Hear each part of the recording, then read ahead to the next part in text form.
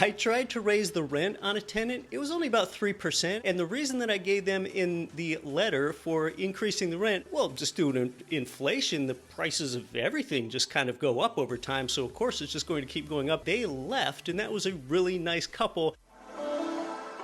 As a real estate investor, raising the rent benefits you even more than you thought. We're going to talk about how you do that without losing the tenant. Hi, I'm Keith Weinhold. This is Get Rich Education. When we talk about raising the rent, imagine that you have a property with a $1,000 monthly rent income. The mortgage and all the other expenses are, say, $800, so you're left with $200 of monthly cash flow. Well, if you can get the rent increased from $1,000 up to $1,100, even say over a couple years, understand that your cash flow, the money that you feel in your pocket every month, just increased from $200 up to $300. Well, if you extrapolate that effect across your portfolio among all your properties, your monthly rent income passively just went from $10,000 to $15,000, because in both cases, with just modest rent increases, your cash flow went up 50%. This can be the difference between you being financially free or not when you just make some modest rent increases over time. And this is because you're leveraged, because you do have that monthly principal and interest expense. Again, you want to use other people's money, not only your own. If you didn't have a loan here, you would not have that same multiplier on your cash flow. Hey, if you're getting some good value already, put a like on this video. I'd really appreciate that. That helps you see more content like this. That also tells YouTube that that's a good video. But you know what? That like that you just put on, thanks in advance for that too. It doesn't mean that you like exploiting people. So we're not talking about exploiting residents or tenants here. We're just talking about adjusting rents to the prevailing fair market value. And the free market is a beautiful thing. Your tenant would have the right to leave and live somewhere else if you're trying to gouge them or charge higher than fair market rent. Now, a lot of landlords and real estate investors, they fear increasing the rent because it does increase the chances that your tenant will leave. Let's talk about strategies to mitigate your tenant wanting to leave while you still get your rent increase. Say that for a new purchase now, we can talk about your existing properties in a moment, but how you get a rent increase for a new purchase is, say that you purchase a duplex, and each side of that duplex has tenants that are renting for $1,000 each. But for this new duplex purchase that you made, that's under market rent. You know market rent is, say, $1,300 for each side. And let's say you bought the building expecting to get fair market rent, because that's really the only way that this is going to work for you. When you approach one of those tenants that's paying $1,000 rent and the rent needs to get adjusted up to $1,300, there are probably a few ways that you do not want to approach that. But first of all, you do want to let them know that the market rent is $1,300 for this unit that they're renting for just $1,000. Now, if you told them that you're going to increase their rent every month $25 for 1 year until it gets up to $1,300, they're probably going to leave somewhere in there. That's probably not the right way to approach it. It's probably not best that you approach it all in one fell swoop where it goes from $1,000 up to $1,300 all at once. You would probably lose them as well. I think a good way to approach it is, once you've demonstrated that the fair market rent is indeed $1,300 for this, if you don't want to lose that tenant but you want to get a rent increase, tell them that for them, you'll charge them just $1,200, because you understand that they've been living there for a while and it would disrupt their family. So people want to feel like they're getting a break. So it's probably a good way to approach it if you have tenants that you make a new purchase with and you're not getting fair market value for the units that they're occupying. As far as for an existing property that you have and those tenants that are staying with you, if you want to get rent increases with them, yes, you should go for the increase, but you do want to do it slowly and incrementally over time. For example, in 1 year, you might want to take their $1,000 rent up to $1,040, that being a gradual increase. And oftentimes, I like to give them a reason. For example, increasing property taxes or increasing maintenance expenses or increasing property insurance premiums. So I really like to give a reason and know that that tenant is not just having the rent raised for no reason, but it's an additional expense that I'm incurring because a lot of those expenses like maintenance, taxes, and insurance typically are indexed with inflation and do go up over time. And one time in my early days of being a property investor, being a landlord, I tried to raise the rent on a tenant. It was only about 3%. It was something like $900 up to $930 at the time. And the reason that I gave them in the letter for increasing the rent was a reason that totally did not work. I said, well, just due to inflation, the prices of everything just kind of go up over time. So of course it's just going to keep going up. They didn't like that. They left, and that was a really nice couple that left that unit. So tenants oftentimes aren't thinking about inflation. They're not reading Kiplinger's or listening to finance podcasts or keeping up with the minutes of the latest Federal Open Market Committee policy symposium. They're not living that kind of life. So talk about some real tangible expenses that you can even document that if you had to with real expenses that you're directly incurring. Now, another way that you can retain a tenant that you are attempting to raise the rent on, if you think that they're not going to like it, oftentimes you can identify something in their house or their unit that you might need to replace anyway, but yet it could increase their quality of life, and this can give you great justification for the rent increase. Say you're increasing the rent from $1,000 to $1,040, and you happen to know that there's an old refrigerator in there. It's something you've even had to pay to get serviced before, and that might happen again. What you can tell the tenant is, well, you know what, for this rent increase for $1,000 to $1,040, even though I'm incurring more property tax expenses, I'll get you a new refrigerator.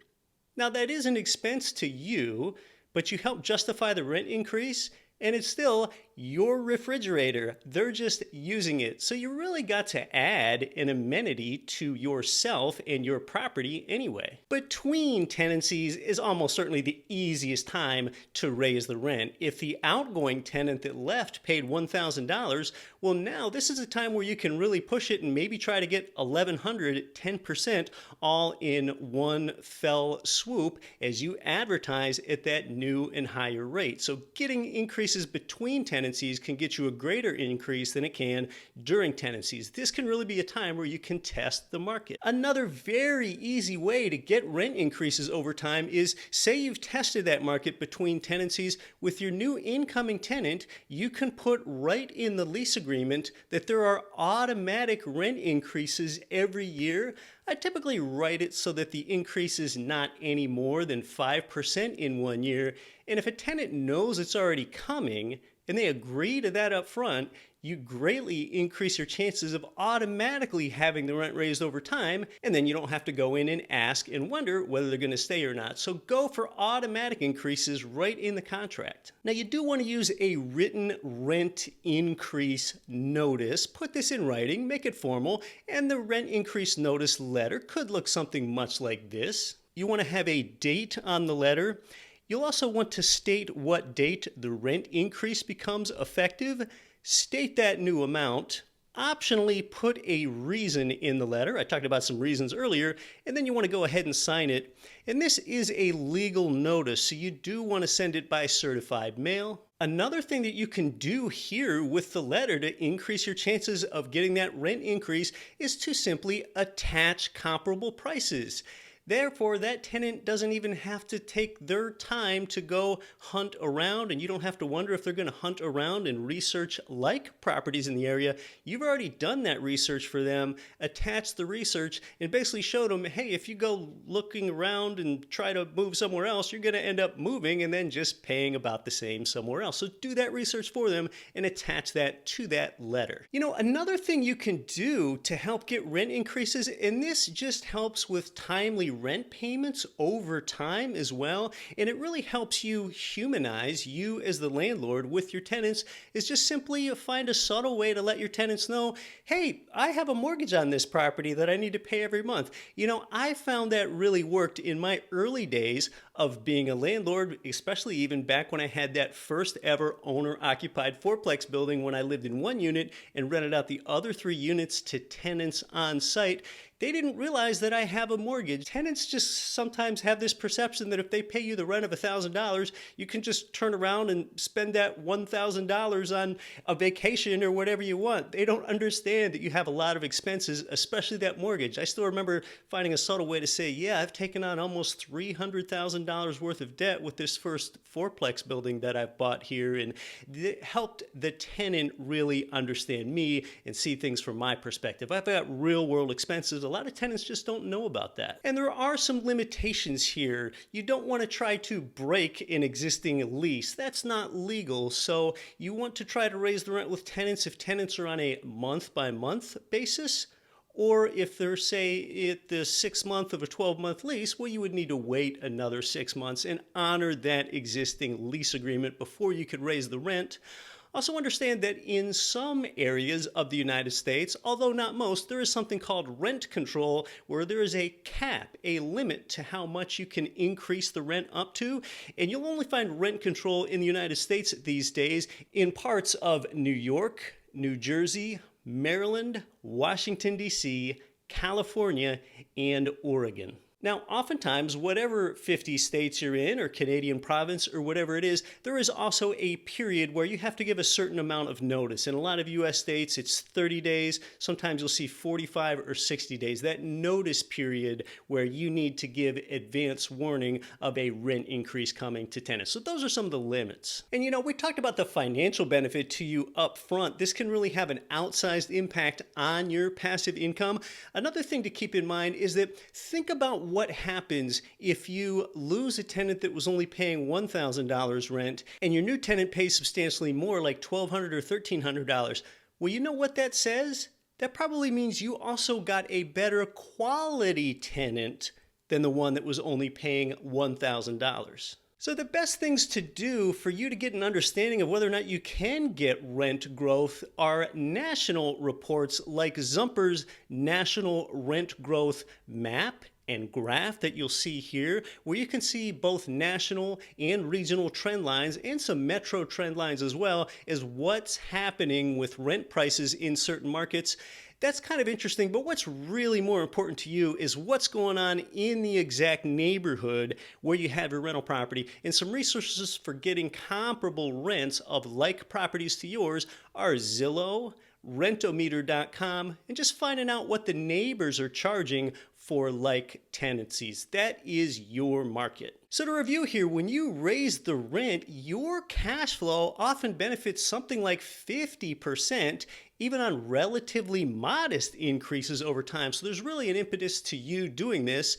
Inflation makes rents go up over time anyway. You should make rent increases, but you should make them gradually and not suddenly, and all these sorts of things will increase your chances of raising the rent. I'd really appreciate putting a like on this video if you like the content here, and if you just kind of wish this conversation would continue and you could make it portable and take it with you, check out the Get Rich Education podcast, my weekly podcast since 2014. If you don't know how to listen to podcasts, you can also download the Get Rich Education mobile phone app and listen to the audio show on the go. That way too, it is optimized for audio listening. I'm Keith Weinhold. Thanks so much for stopping by. Americans are not saving for retirement. It's going to get worse as people live longer, so you need to think differently, but you can't lose your time. Real estate is the investment vehicle that has created more million and billionaires than anything else. Get Rich Education is one of America's top investing shows disrupting Wall Street. Your host, Keith Weinhold, is a true financial educator and has been an income property investor since 2002.